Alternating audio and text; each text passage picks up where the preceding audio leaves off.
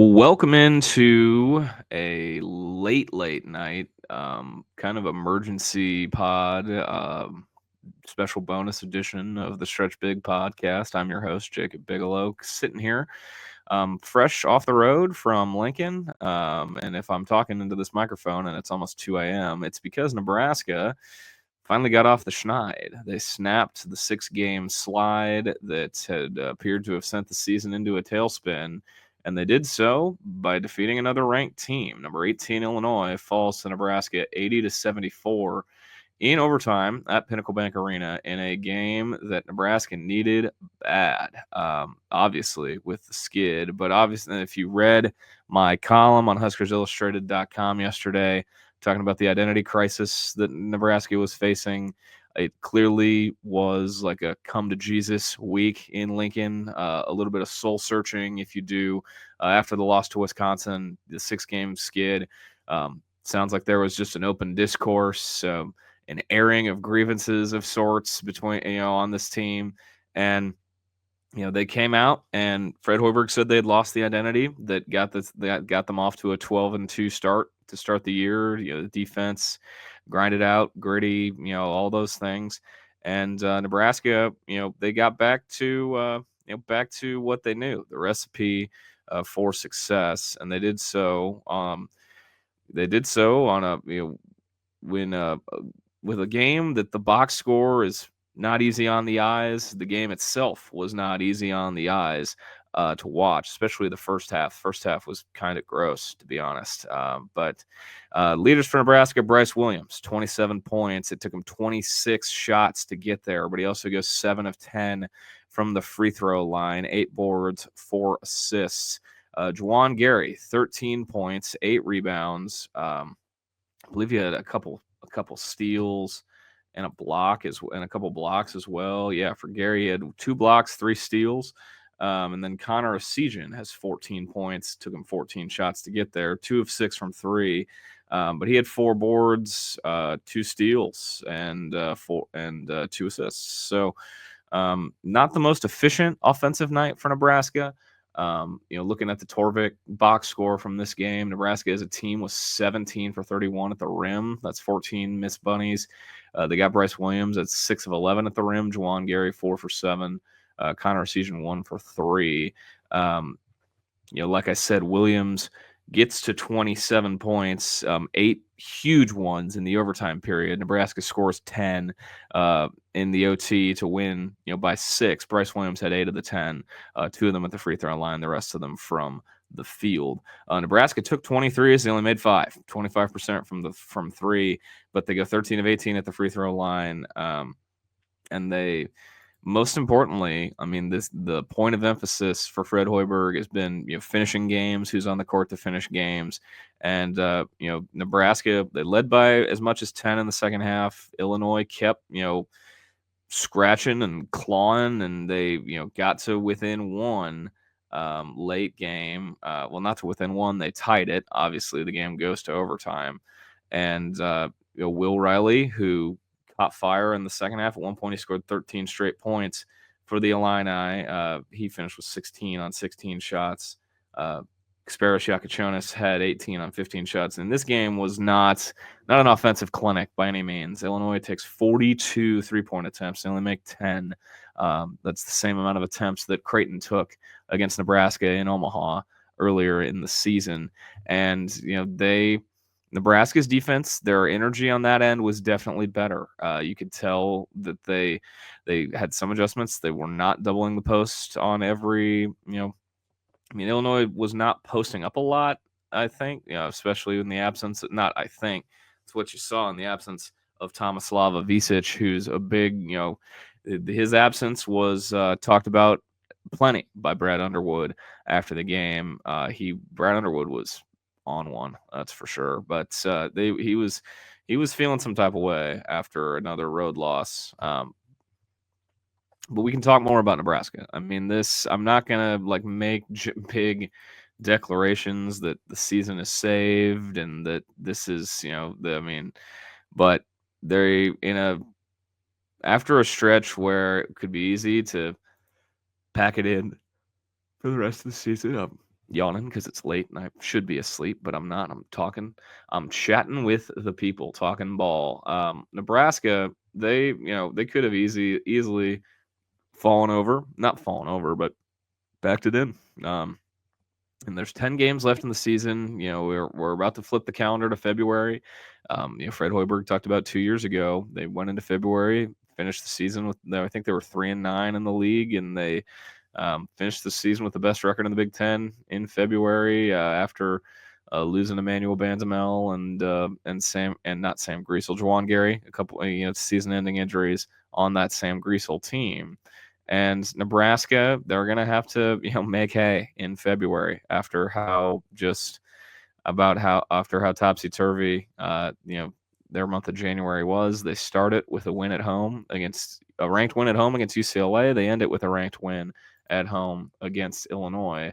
But the in-between has been well documented. A month of 3 weeks in basketball hell in a 6-game stretch.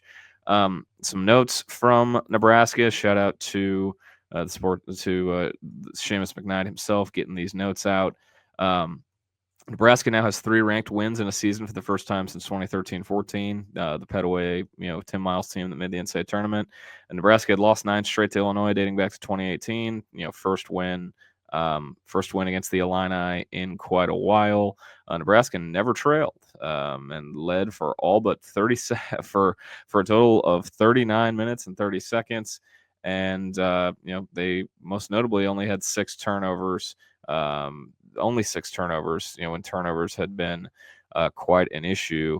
Nebraska forced Illinois into 17, the second most turnovers by the Illini in any game this season. And like I said, Nebraska turned those 17 Illinois turnovers into 17 points. Brad Underwood he was animated after the game, but he talked about how many of Illinois' turnovers went exactly against their scout. Mentioned the baseline passes, how Nebraska defends the baseline. They're going to, deny it and, all to the best of their ability every time. So Brad Underwood was not thrilled, but he also reminded those of us in the postgame availability that, Illinois is a very young team. I think he said they're the youngest team in the Power Four. And Nebraska is like I've said a couple times, a team of old heads and graybeards. They've been around the block once or twice, and it was the 2 sixth-year guys and Bryce Williams and Juwan Gary who led the way. Like I said, Williams 27 points on 26 shots, but also 8 boards and 4 assists. And it was Bryce Williams' time in overtime. They needed him to be the alpha dog to take them home. He scores 8 of the 10 in overtime. Juwan Gary has 13 points on 10 shots. Most notably for me, no 3-point attempts for Juwan Gary. He goes 3 of 4 at the line, 8 boards, 2 blocks, 3 steals for Juwan as well. It was more of the classic Juwan Gary tonight. Playing inside around the rim, crashing the glass, and then the 2 blocks and steals. He was checking a lot of the boxes. That is the Juwan Gary that is more familiarly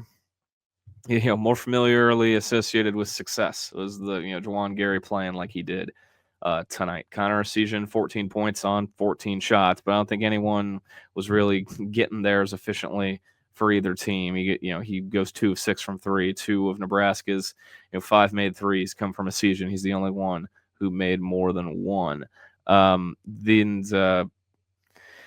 There was another change to the starting lineup. Sam Hoiberg remained. He started against Wisconsin, as did Andrew Morgan, but Raleigh Worcester was back in the starting lineup against Illinois. Worcester, 7 points, 3 of 9 shooting. He took 7 threes, which Fred Hoiberg said Illinois was going to dare him to shoot. Said he needed to step up and make one, but he took 7 of Nebraska's 20 3-point attempts. He made 1, 4 rebounds, 2 assists for Raleigh Worcester in 18 minutes. Sam Hoiberg played 35 minutes in this game. Andrew Morgan played 30. Sam Hoiberg probably hasn't seen those type of minutes, and since he was playing for Lincoln Pius when he first moved to Lincoln, and he stepped up and hit a 3. Yeah, they only made 5. Nebraska only made 5. Hoiberg made 1. Raleigh Worcester made 1. Connor Sarkisian made 2, and Berke Butengel made the other one. He most notably did not start, 2 of 6 from the field. But Nebraska, I mean, they were in the midst of not just the losing streak, but an identity crisis, and their identity, grit, grind it out, defensive intensity. There was definitely more defensive intensity against Illinois. Offensively,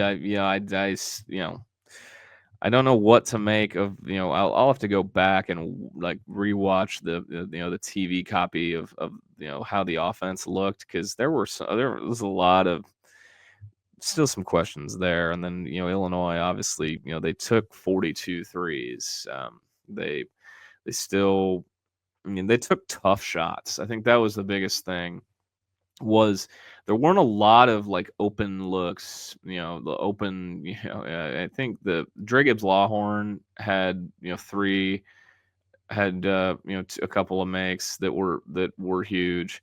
Will Riley did too. Yakachonis, the hit like a sidestep. I don't know if it was a sidestep or a step back late in the second half that was so smooth, so tough. He had 18 points, 10 boards, a double-double for Yakachonis, who had quite the group of NBA scouts in the building, as he is projected to be picked in rather early in the upcoming NBA draft. Big takeaways from this game. I mean, plain and simple, Nebraska needed to win. If you've been around the discourse surrounding this program, there was plenty of questions about Fred Hoiberg's status and is the season over, and it was like plenty of uncertainty and questions, and the season's canceled, and all sorts of, did they just have a cupcake schedule? Also, all sorts of different questions, and just to win and put that to bed. And they're gonna head out west to play Oregon, who lost by 26 to UCLA tonight in Westwood. So UCLA sweeps Oregon on the year. But I mean, my biggest takeaway was, Fred Hoiberg talked about the "here we go again" mentality in his pregame availability, and Nebraska could have easily been bitten by that late in the second half and into overtime, and they weren't. Bryce Williams said it best. They had to wake up, and they woke up, and he was the catalyst. He settled back into the Bryce that like I said, he took 26 shots, but he was way more aggressive, getting downhill, going to the rim, reminiscent of December Bryce, who was playing at a level better than he looked like a first team All Big Ten guy for the month of December, and then had been on the struggle bus for a little bit. Brad Underwood opened. They had the best player on the court, and it wasn't really close. And Williams said it himself, when the game was on the line, I realized I had to be aggressive and take it to him. And he did just that in overtime. And, Nebraska is going to need Bryce Williams to be Bryce Williams if they want to, right the ship, or get the train on the track, back on the tracks, as Andrew Morgan said on Wednesday. It's they. I mean, this, it's not going to be pretty with this Nebraska team, but I mean, the defense was there. They guarded hard. They definitely looked more connected. There weren't, like I said, there weren't many like wide open guys. Illinois was not like hitting a bunch of the skip passes to open shooters like we saw Iowa do, and Purdue, and a little bit of Wisconsin as well. They were, I took a lot of off balance threes, tough shots, whether it was Yakachonis or Riley, or the guys who, I mean, they took 42 threes, so there were plenty of attempts. They had Ben Humrichis goes 0 for 7. Boswell goes 0 for 4. Kyan Boswell. Riley took 10. He only made 4. Yakachonis took 10. He only made 3. And so many of those were tough. They were contested, off balance, and Nebraska is going to live with those every day of the week defensively. The rebounds, Nebraska. I mean, if you told me before this game that Nebraska was going to get out rebounded by 16, I would definitely have not expected Nebraska to win the basketball game.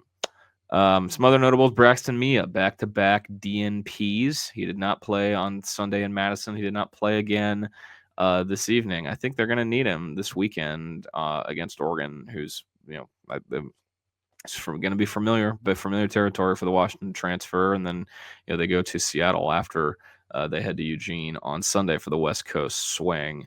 Andrew Morgan is I talked about this on my state of the season pod. Coming into the year, you look at this roster and there's legitimate post depth. There's multiple guys. There's a 7-foot guy, a 6'10" guy, and a 6'9" guy in Morgan, and he has been the most consistent. Even though there are instances where with him on the floor, Nebraska's analytics, especially defensively, have gone down the toilet in some games. But there was a whole, he played 30 minutes, and some of his reactions to things had me a little raise my eyebrows. I was watching a little more keenly how Nebraska was going into timeouts and how they were reacting, on the to foul calls or the adversity that we hear. That we've heard Fred Hoiberg talk about and how they react to that adversity. And Illinois kept scrapping, clawing, punching back, and they wouldn't go away. And Nebraska finished the job and gets off the schneid after dropping 6 in a row. So the record is now 13-8. They are 3-7 in the Big Ten. That they are no longer in 17th place. At least I'm double checking here. I got some links pulled up. KenPom has been updated. It projects the Huskers to finish 18-13 on the year, 8-12 in the Big Ten. There's a lot of coin flip games on the horizon. So the West Coast swing, they will be in Eugene on Sunday to take on Oregon, and then they will go to Seattle to face Washington. And then after that, it's a bunch of coin flip games. Ohio State at home, Maryland at home, Northwestern on the road, Penn State on the road. Michigan is definitely, I think, the toughest game remaining on the schedule just in terms of personnel. But I'm not going to try to make a roadmap, but a lot of coin flips coming up for Nebraska. Toss-up games for sure. Nebraska's up to number 46 on KenPom. That's quite the jump compared to where they were in the midst of their 7-game slide. And I think I can see where they were beforehand. Can't I? Can't I see where they were? Yeah, they were 53. So they made a 7-spot jump in KenPom with the win over Illinois. And then over on Torvik, where I was looking at the box score, the advanced stat box score for the game, this is Nebraska's second highest score of the season. Third highest on the Torvik game grader, which is out of 100. Got a 98 out of 100.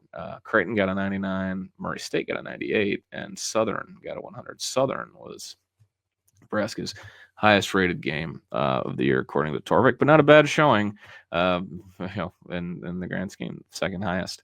They're also projected to go 18-13, 8-12 on Torvik, and then a bunch of coin flip games outside of Michigan, and a bunch of games that we'll talk about at length when we get closer to them. Torvik does have tourney odds, 15.2%, which is around a 10 or 11 seed for Nebraska. Nebraska now has 2 quad 1 wins, and they could have another if UCLA makes a jump after the result against Oregon for the Bruins. Nebraska's KenPom page, there are 364 teams in Division One. Nebraska only has 4 teams in college basketball that allow more 3-point attempts per game than they do. 49.6% of the field goal attempts against Nebraska are threes, which is a wild stat, but that is how they defend, and they've had multiple games where teams have taken 40 threes, which is, I mean, it's a ridiculous number. So, looking ahead, this is in the moment. I'm not gonna, be here too long. I'm gonna, like I said, I'm not gonna give you a roadmap to the postseason or to the NCAA tournament.